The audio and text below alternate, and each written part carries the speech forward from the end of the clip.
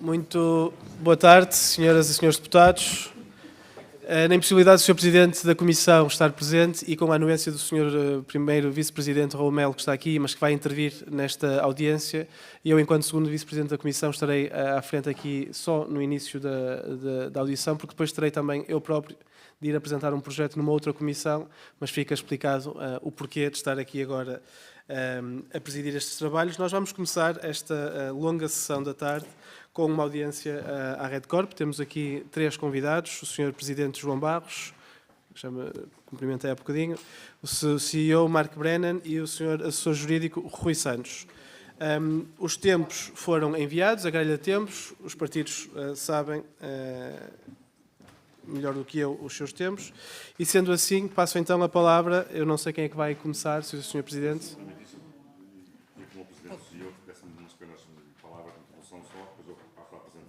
Muito bem. Mas podem repartir o tempo. Exato, podem repartir o tempo entre os 3 como quiserem. Tem 10 minutos. Muito bem. Com certeza. Com certeza. Podemos pôr o tempo, isso.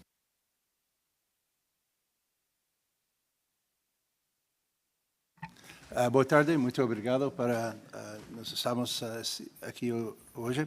I'd like to thank you. My Portuguese is not so good, but I'm trying. I'd like to thank you on behalf of Cerrado Gold and RedCorp for taking this meeting today. I'd just like to let you know that Cerrado has a long history of responsible mining. We've been very active in Brazil. We have strong references from the last 3 mines that we've built, both in 20 years ago, 15 years ago, and currently. We've been very, very solid members to the community, very responsible on the environmental side, and it's our strong belief that we can contribute to the social fabric, to the economic fabric, and to the environmental fabric of Grandola and the community and Portugal at large with this Lagoa Salgada mine. So thank you all very much.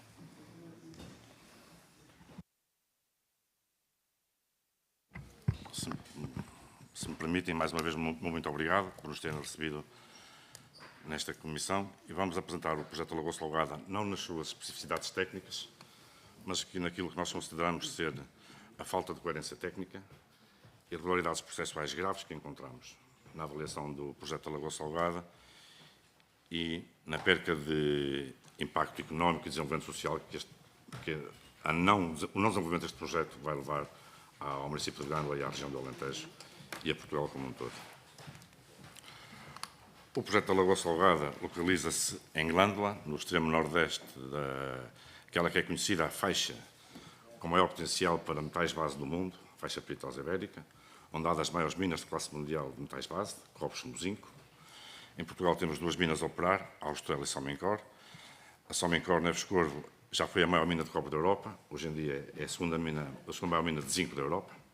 A Austral irá provavelmente ultrapassar a dimensão de Neves Corvo, pelo investimento que se fizeram na expansão do zinco. E em Espanha temos mais minas a operar. A maior mina do lado espanhol é conhecida por mina de águas tenidas, a Matsa, que foi vendida há cerca de 2 anos por 1,8 bilhões de euros a uma empresa australiana. O projeto da Lagoa Salgada foi o primeiro projeto português mineiro a ser reconhecido como projeto de interesse nacional, em abril de 2022, e tem um investimento inicial para a sua construção de 260 milhões de euros. O projeto foi uma descoberta do Estado português em 1992, e depois, entre 94 e 2000, o Estado português fez uma parceria com uma das maiores empresas mundiais do setor mineiro, Rio Tinto, e desenvolveram o projeto, cimentaram a descoberta. Entre 2004 e 2018, o projeto passou por diversas empresas, sempre canadianas. Convém referir que 99% do investimento no setor mineiro em Portugal é feito por empresas canadianas. Mas devido ao mercado de capitais e ao mercado dos metais, que tem a ter a sua flutuação, nem sempre se conseguiu levar o investimento avante. Em 2018, a Ascendant Resources, que é do mesmo grupo da Cerrado, venderam a mina que tinham de chumbo e zinco nas Honduras, El Mochito, para se dedicarem unicamente ao projeto da Lagoa Salgada. e vê-se ali o nível de investimentos que foi feito entre 2008 e 2018, cerca de, eu sem óculos vejo mal, mas 3 milhões, e de 2018 até à data já vamos com investimento acima dos 25 milhões de euros neste projeto da Lagoa Salgada. Fizemos estudo de viabilidade, que nos permitiu ter o financiamento garantido pela Agência de Crédito à Exportação do Reino Unido, 70%, através de uma garantia bancária, davam ao projeto, sendo o restante 30% acordos de pré-venda dos concentrados e dívida da empresa. Entregámos o estudo de impacto ambiental em novembro de 2024, que eu já vou à frente mais falar um bocado sobre isso. Em termos de impacto local e regional, estamos a falar de cerca de 300 postos de trabalho diretos, 700 ou um pouco mais indiretos, um aumento de 23% nas receitas municipais, cerca de 830 milhões de euros por ano em impostos e 820 milhões de euros durante 14 anos para aumento do PIB nacional. Eu peço desculpa, não consigo ler tudo porque eu sem óculos, não consigo.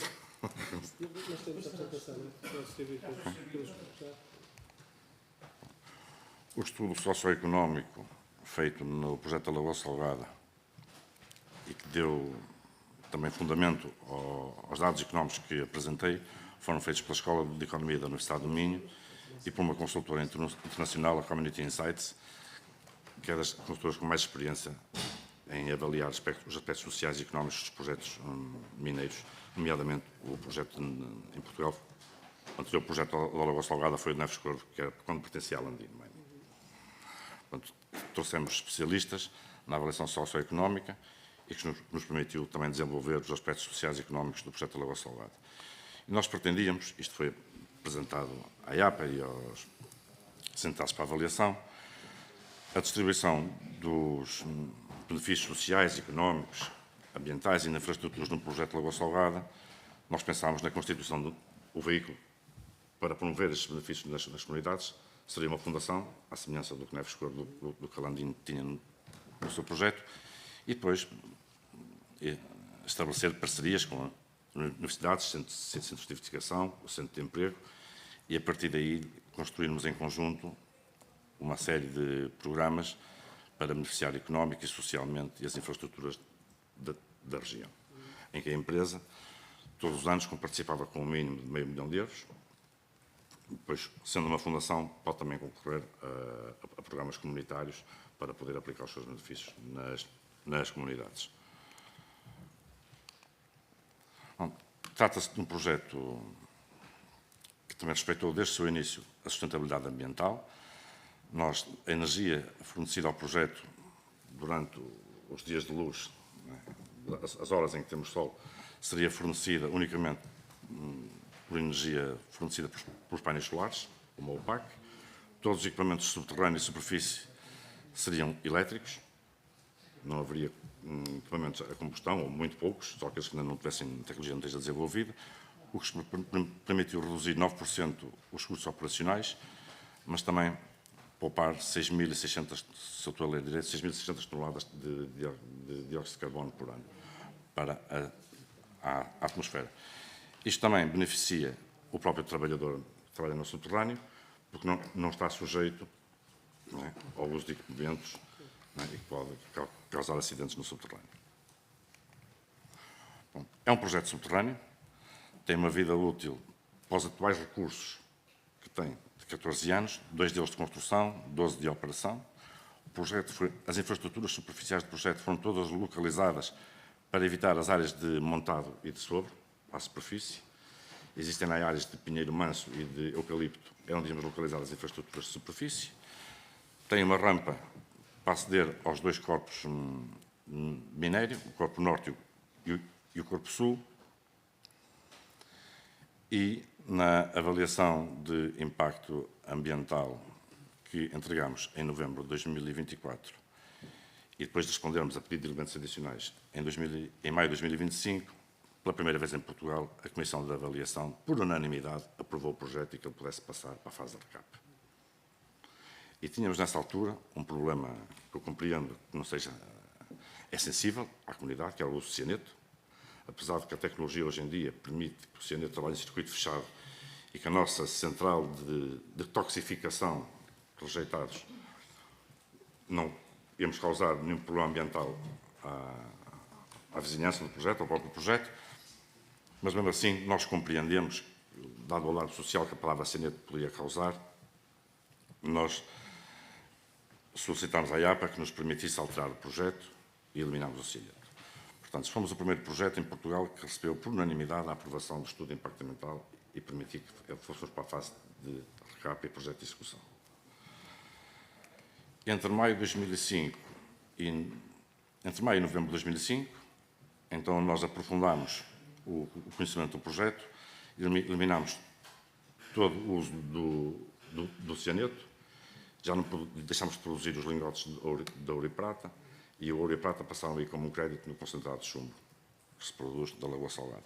Ao mesmo tempo, também reforçámos a componente hidrogeológica, e como podem ver naquela imagem que está do lado direito, nós não nos cingimos só à área do projeto, onde estão aqueles dois pontinhos vermelhos, Corpo Norte e Corpo Sul, mas estendemos o conhecimento hidrogeológico numa área de 250 km ao redor do projeto da Lagoa Salgada.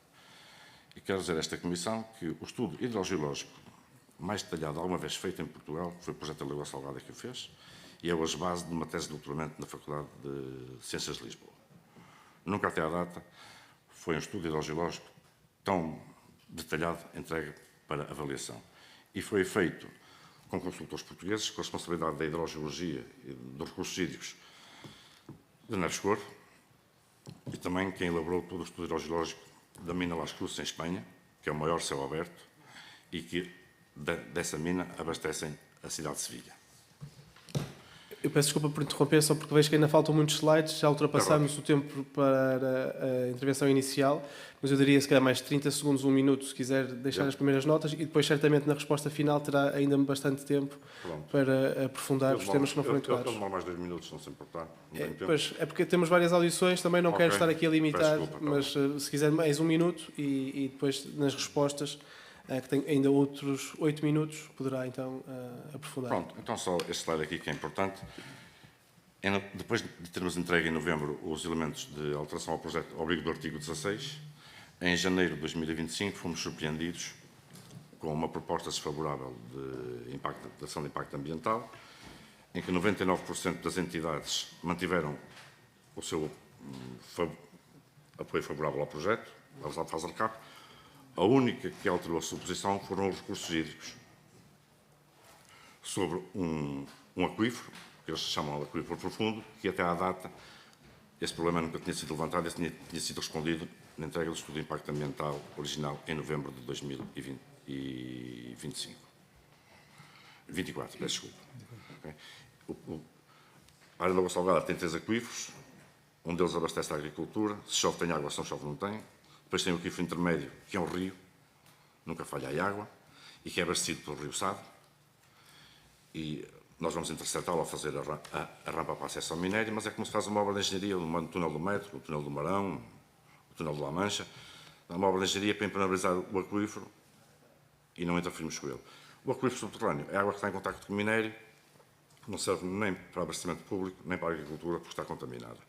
Portanto, esse assunto tinha sido resolvido em novembro de 2024, quando tivemos o estudo de impacto ambiental, e acho que o artigo 16 não compete ao artigo 16 avaliar o projeto no seu todo, mas somente aqueles aspectos em que foram alterados o projeto, e não foi isso o que se passou, e vieram com as dúvidas sobre o aquífero profundo. Nem foram factos que foram apresentados, foram dúvidas. O que se torna difícil, nós podemos responder. Muito bem, acho que ficou claro. Depois, como dizia, tem 8 minutos para responder e certamente as perguntas dos grupos parlamentares irão também focar-se nesses assuntos. E sendo assim, passo a palavra então. Ou na verdade, eu não sei, eu peço aqui a anuência dos grupos parlamentares, porque eu tenho mesmo de ir, porque já estão a começar a votar um projeto do LIVRE. Se alguém se opõe, a que comecemos pelo grupo parlamentar do Chega, que assim o senhor primeiro vice-presidente pode depois... Vejo que ninguém se opõe. Então, sendo assim, passo a palavra ao grupo parlamentar do Chega, ao Sr. Deputado Raul Melo, por favor. Muito obrigado, Sr. Presidente, senhoras e senhores deputados, senhores representantes da REDCOP, que desde já cumprimento e agradeço a presença nesta comissão. Ora, o projeto da mina da Lagoa Salgada não é um projeto irrelevante. Trata-se de um investimento reconhecido como projeto de interesse nacional, com impacto económico significativo, explorações de metais estratégicos e potencial criação de emprego relevante numa região que precisa de atividade produtiva. Desde logo, este enquadramento deve ser reconhecido. Contudo, o Estatuto de PIN não substitui a avaliação ambiental, não suspende o regime jurídico aplicável e não elimina a obrigação de demonstrar compatibilidade com a proteção de recursos estruturais, nomeadamente os recursos hídricos destinados a abastecimento público. Desta forma, na audição da Comissão de Ambiente e Energia, não substitui a APA nem qualquer tribunal, mas tem o dever e o propósito claro de escrutínio técnico sério, equilibrado e responsável. Assim sendo, comecemos pelo plano procedimental. O procedimento inclui pedidos de elementos adicionais, declaração de conformidade do Estatuto de Impacto Ambiental, consulta pública, parecer da Comissão de Avaliação, audiências prévias, remodelação do abrigo do artigo 16 do Regimento Jurídico de Avaliação de Impacto Ambiental, nova consulta pública, nova proposta de declaração de impacto ambiental, nova audiência e decisão final de indeferimento. Porém, a REDCOP invoca, e cito, graves irregularidades procedimentais. Assim, importa clarificar com precisão. Quais são concretamente os atos administrativos que consideram ilegais e que normas jurídicas entendem ter sido violadas? Estamos perante vícios formais do procedimento ou perante discordância quanto ao juiz técnico da autoridade da AIA? E, sobretudo, de que modo essas alegadas irregularidades teriam potencial para alterar o fundamento material da decisão que se centra no risco hidrogeológico. Passemos então ao plano material. A decisão final reconhece que o projeto foi otimizado, designadamente com a eliminação da lixiviação com cianeto, a eliminação da fundição, a adoção de rejeitados filtrados e o reforço das soluções de impermeabilização. Contudo, conclui que subsiste o risco significativo para o sistema aquífero, atendendo à vulnerabilidade, à existência de captações para abastecimento público e à gravidade de um eventual cenário de contaminação, cuja recuperação poderia ser extremamente difícil ou impraticável, acrescendo ainda a probabilidade de rebaixamento do nível freático. E é aqui que reside o ponto central, pelo que pergunto de forma objetiva. Confirmam que a área do projeto se insere numa massa de água subterrânea classificada como zona protegida de captação para consumo humano? Qual é o risco residual de contaminação após as alterações introduzidas? Este risco é nulo ou existe probabilidade ainda que reduzida de impacto adverso? Que modelo hidrogeológico foi utilizado, com que grau de incerteza e com que validação independente? Que cenários acidentais foram modelados? Já relativamente ao rebaixamento do nível freático, qual é o valor máximo estimado durante a construção e exploração? Que impacto projetam nas captações existentes públicas ou privadas? Existem limiares objetivos que determinem a suspensão automática da atividade caso se verifiquem desvios significativos? No que respeita às águas drenadas do aquífero profundo, qual é a solução operacional concreta, reutilização integral, descarga condicionada ou outra? E como demonstram que essa solução não induz deterioração no estado qualitativo ou quantitativo das massas de água à luz do regime aplicável? Passemos então agora à dimensão que é igualmente essencial, o território. Qual é a natureza jurídica dos territórios abrangidos pelo plano de Lavra? São maioritariamente privados ou existem parcelas do domínio público? A empresa detém direitos de superfície ou contratos com os proprietários? Estão previstas algumas expropriações? Os terrenos encontram-se integrados na Reserva Agrícola ou na Reserva Ecológica Nacional? Existem solos agrícolas classificados como elevado potencial produtivo? O projeto implica desafetação das áreas integradas na RAN ou na REN? É plenamente compatível com o PDM de Grândola ou depende de mecanismos excepcionais? Muito obrigado. Muito obrigado, Sr. Deputado. Peço então o favor de vir presidir aqui a Comissão após a sua intervenção e eu despeço-me também dos nossos convidados e desculpado-me ter de ir para outra comissão.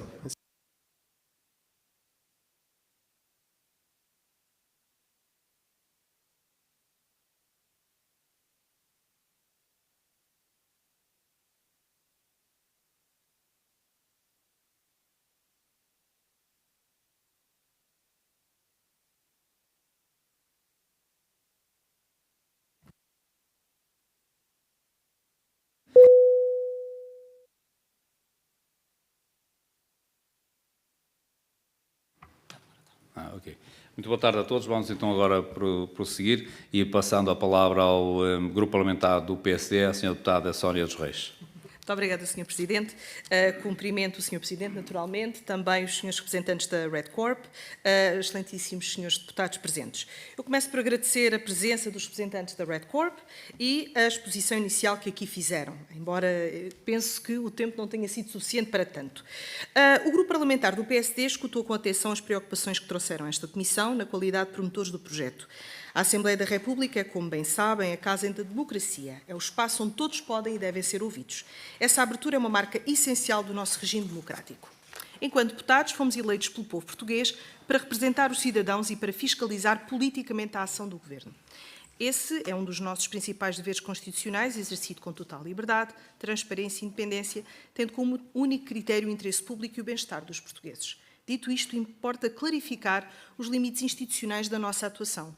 A APA, Agência Portuguesa do Ambiente, é um instituto público integrado na administração indireta do Estado, sob tutela do Ministério do Ambiente e Energia, dotado de autonomia administrativa e financeira.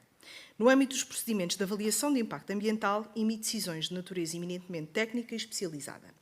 Como é público, e como os próprios senhores aqui referiram, foi recentemente emitida uma declaração de impacto ambiental desfavorável a este projeto, fundamentada designadamente na consideração de impactos negativos, portanto, nomeadamente para os recursos hídricos.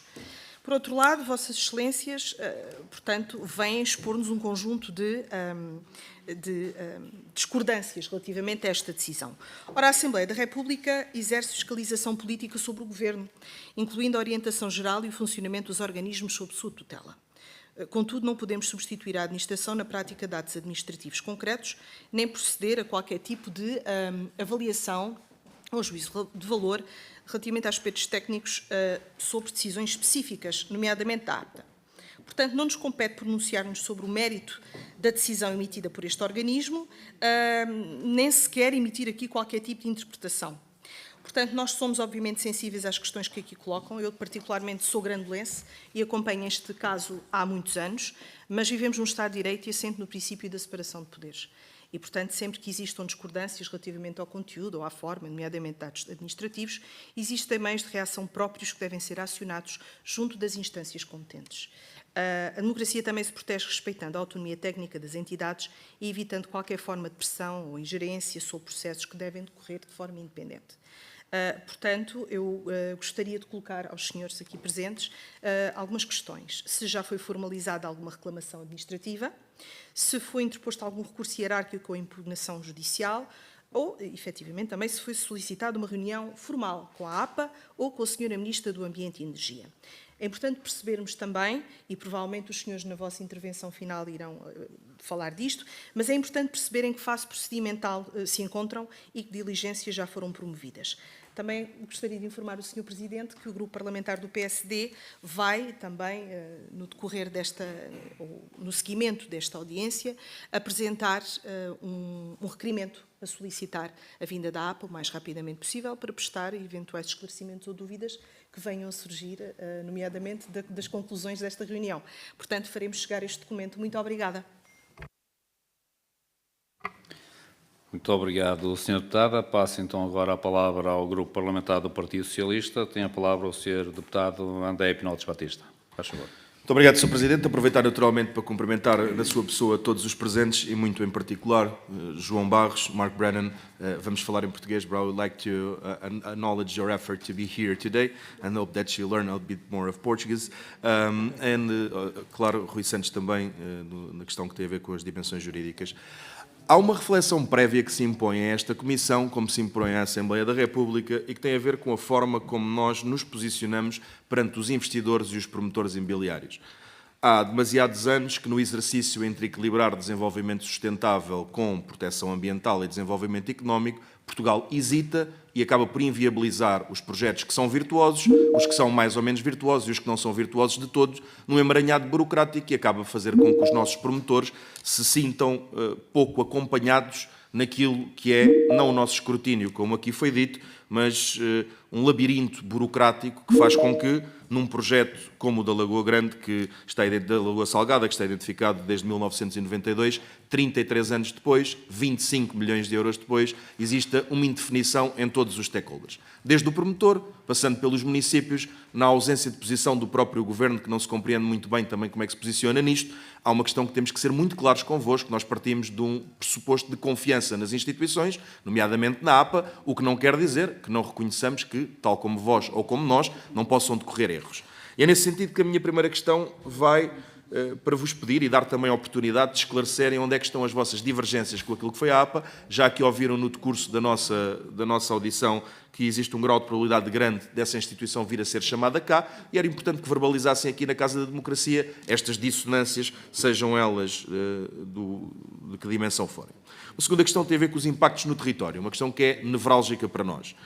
Nós sabemos e conhecemos os exemplos de Aljustrel e de Castro Verde, povoações que cresceram com o desenvolvimento económico de explorações mineiras, mas também sabemos que não são indiferentes a esforços e a desafios que se colocam. E, portanto, uma das questões que tinha para vos colocar e que são questões que preocupam as comunidades locais, admitindo eu que isto é mais para vos dar uma oportunidade de também promover o esclarecimento e uma boa harmonia entre o promotor e as comunidades, tem a ver com as questões das linhas elétricas, que a comunidade aduz que podiam ter tido um aprofundamento maior, os traçados, para não chocarem com aquilo que é o edificado das vilas e lugares daquela região. Outra questão tem a ver com a implementação de uma central fotovoltaica, sendo que aqui admitimos que, com facilidade, possam explicar que, no fundo, Portugal já atravessou vários processos destes com sucesso. E uma última dimensão que tem a ver com, no fundo, as vantagens de médio e longo prazo nestes 12 anos ou mais que pudesse haver prorrogação da exploração, no sentido deste PIN, que começa com 267 milhões, mas que chega a 700 milhões de euros de investimento, em que é que as comunidades vão usufruir com isto. Nós ouvimos aqui falar da Fundação, é um mecanismo, é um veículo, mas aquilo que era importante também perceber é qual é a vossa predisposição para que a população de Grândola, Alcácer e envolvente tenham também elas vantagens, para além dos empregos diretos e indiretos que são criados.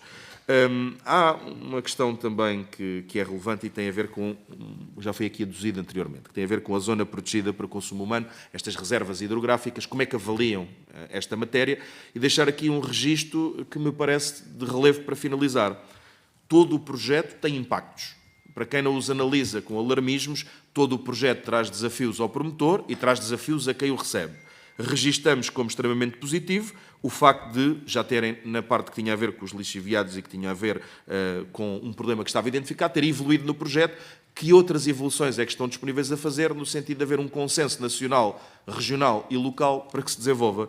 Com isto, desejar-vos um bom trabalho e que tenham a oportunidade de aqui expor, para nós podermos ouvir em seguida a Câmara Municipal e depois, mais tarde, possivelmente, a APA, e podermos chegar a bom porto. Finalizando da forma como comecei, Sr. Presidente, nós não podemos diabolizar os promotores, também não podemos fazer vista grossa à proteção dos interesses das nossas comunidades. É o diapasão equilibrado que o Grupo Parlamentar do PS continuará a seguir. Muito obrigado. Muito obrigado, Sr. Deputado. Passo então agora a palavra ao Grupo Parlamentar do Partido Comunista e tem a palavra o Sr. Deputado Alfredo Maia. Faz favor, Sr. Deputado. Muito obrigado, Sr. Presidente. Cumprimento os senhores deputados, cumprimento os nossos convidados. Eu gostaria de salientar, desde logo, em termos de clarificação da posição de princípio, como é público e sabido, portanto, o PCP tem-se posicionado negativamente em relação a este projeto, tanto no plano institucional na Assembleia da República, como no plano das autarquias locais, não é? E, por conseguinte, mas isto não impede, antes pelo contrário, que vos coloquemos as questões desde logo para que os aspectos que consideramos negativos sejam devidamente explicados, até para ponderação em relação às medidas que julgarmos convenientes. Bom, eu creio que não há dúvida nenhuma em relação aos grandes impactos que estão claramente identificados, incluindo nas nossas posições, desde logo o impacto sobre as populações, os recursos naturais, os recursos hídricos, também os efeitos desta atividade industrial para as populações, a qualidade de vida e o ambiente. Bom, Foram aqui referidos já aspectos fundamentais, nomeadamente no domínio hídrico e hidrogeológico.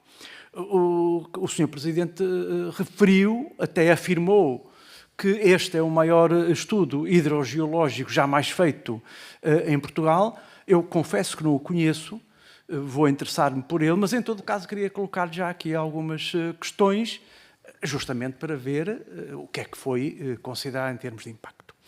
E referiu-se até ao impacto no aquífero e concretamente nos aquíferos da bacia do Sado. Ora, sabendo nós que justamente a bacia do Sado é uma das bacias mais atingidas, segundo está demonstrado nos estudos e cenários das alterações climáticas no território português,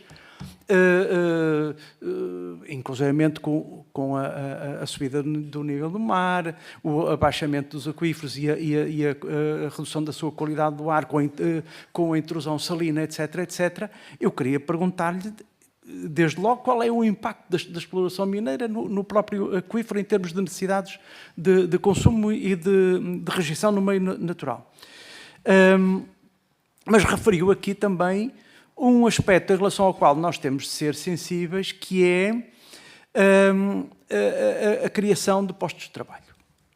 Referiu, se não me engano, 300 postos de trabalho diretos. Tenho que perguntar-lhe quantos vão ser recrutados na região. E para os que não serão recrutados na região, quais são as condições de garantia de alojamento digno e de qualidade para os trabalhadores vão ser asseguradas pela empresa. Mas, sobretudo, tendo em conta o horizonte de projeto, e é manifestamente um horizonte muito curto na vida das comunidades, nós estamos a falar de um máximo de 14 anos. E a pergunta que lhe faço é o que é que vai acontecer às pessoas que venham a ser contratadas? O que é que vai acontecer a seguir, tendo nós um passivo social muito negativo em muitas explorações, inclusivamente desta natureza, isto é, de natureza mineira, independentemente do minério que é processado. E, por conseguinte, creio que são aspectos em relação aos quais é necessária uma maior clarificação. E, finalmente, a questão referiu aqui, da garantia de energias limpas, não é? Através de painéis solares. Fica-me uma pergunta: qual é a previsão da potência a instalar nessa central? Qual é a área que vai ocupar e quais são os efeitos negativos, designadamente em termos de ocupação do solo, designadamente em termos da viabilidade futura, já depois de o projeto acabar, para o coberto vegetal. Creio que referiu que não será sacrificado, espero que também... não, terminar, vou terminar. O montado sobre o iazinho. Mas quais são os impactos esperados? Muito obrigado. Muito obrigado, Sr. Deputado. Depois das intervenções dos grupos parlamentares, eu passo então a palavra à Redcorp e na pessoa do Sr. Presidente. Não sei se depois quer distribuir os tempos ou se será só... Eu vou responder aqui as questões técnicas que foram colocadas, ok? Okay. E depois então eu passo a palavra palavra aqui ao Dr. Obrigado. Tenha bom, doutor. Bom, relativamente aos recursos hídricos, e como disse, como o estudo mais hidrogeológico mais detalhado uma vez entregue para licenciamento, nós localizamos as infraestruturas todas de superfície fora da zona de recarga do aquífero, que é conhecida. E como no sistema, não sei como é que explicar isto geologicamente, nós estamos num sistema aqui sem falhas, chamado Horst and Grabens, ok? Nós estamos numa zona completamente independente da zona de recarga do aquífero. E na zona de influência do projeto, numa área de 250 km², existem 3 furos de captação de água, sendo que um deles está na vertical do depósito sul. Mas o estudo hidrogeológico demonstrou com factos e com ciência que nem esse furo de captação de água nós precisamos de localizar, porque não vai haver impacto sobre os aquíferos para a captação pública. No entanto, se a APA assim entendesse, as águas do Alentejo, nós executaríamos os furos de água necessários para o abastecimento público, onde eles escolhessem que escolhiam colocar as nossas expensas. Okay? Relativamente aos painéis solares, nós vamos instalar 38 megawatts de potência sendo que vamos utilizar, só necessito utilizar 21 megawatts, sendo a diferença para os 38, nós, por aquele veículo, queremos partilhar os benefícios sociais e económicos com a população, estariam reservados para colocarmos nas habitações ou nos edifícios públicos para melhorar a eficiência desses próprios edifícios e dar melhor conforto e qualidade de vida às populações locais. Okay? Eu queria mostrar aqui um slide à frente, porque acho que é muito importante aqui. Este projeto foi pensado desde o dia 1, começámos a planeá-lo, como um legado para deixar às gerações futuras, até porque o Grândola sempre esteve ligado ao setor mineiro. Okay? E todos os edifícios e todas as infraestruturas que estão localizadas no projeto de Grândola não estão acima das copas das árvores. Não são visíveis de lado nenhum. Nem do ponto mais alto da Serra de Grândola o projeto consegue ser visível. Isto é um passadiço que ficará no futuro, para as pessoas poderem fazer o birdwatching ou outras atividades no local. E todas as infraestruturas superfícies são localizadas em zonas de pinheiro manso e de eucalipto que existem na zona.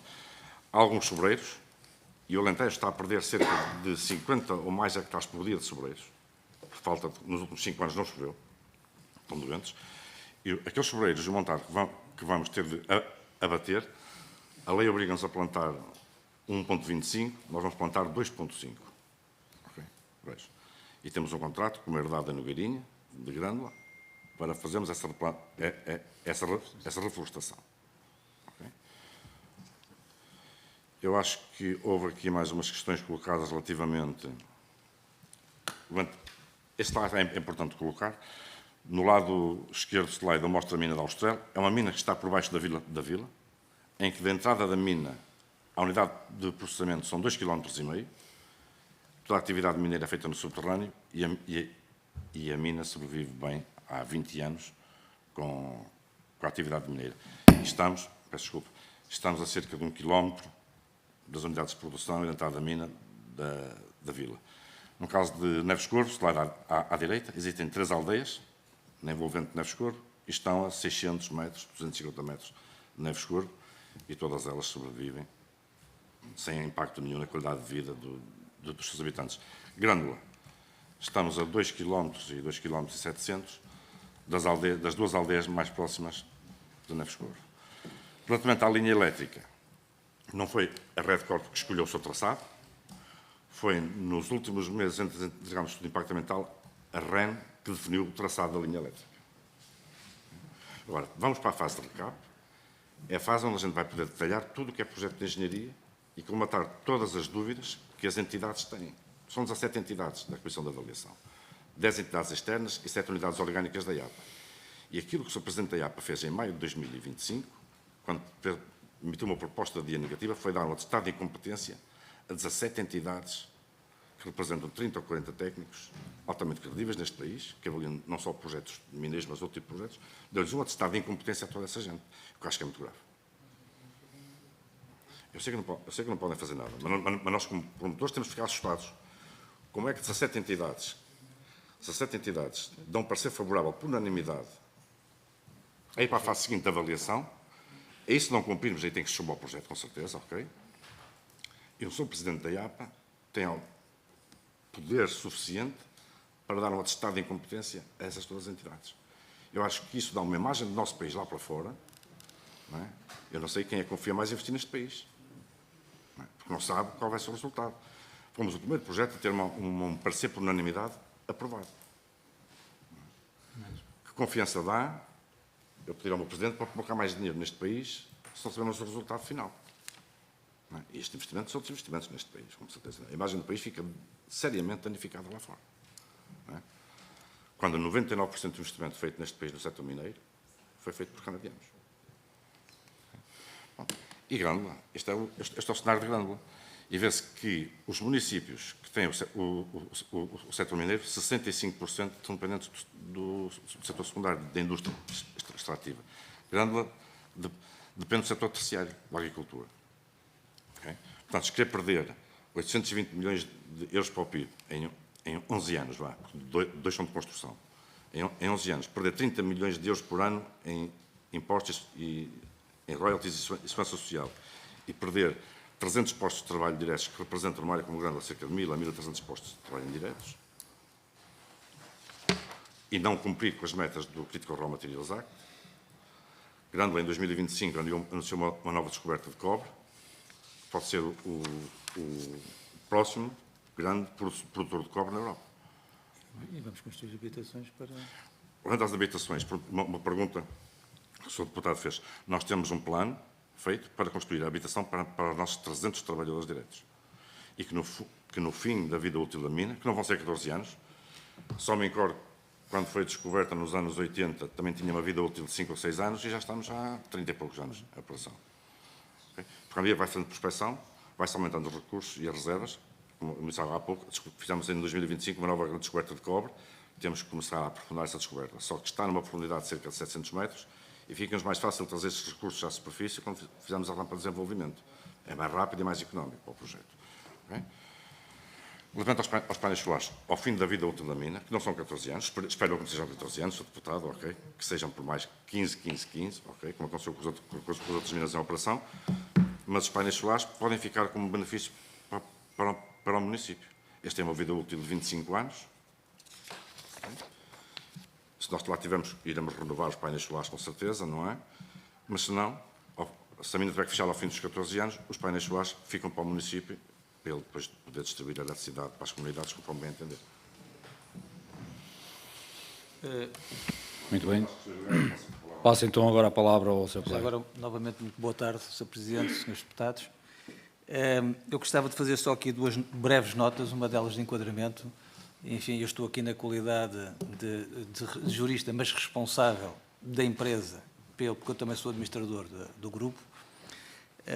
Mas, para além disso, eu, nos últimos 30 anos, tenho acompanhado projetos mineiros, nomeadamente Aljustrel e Neves Corvo.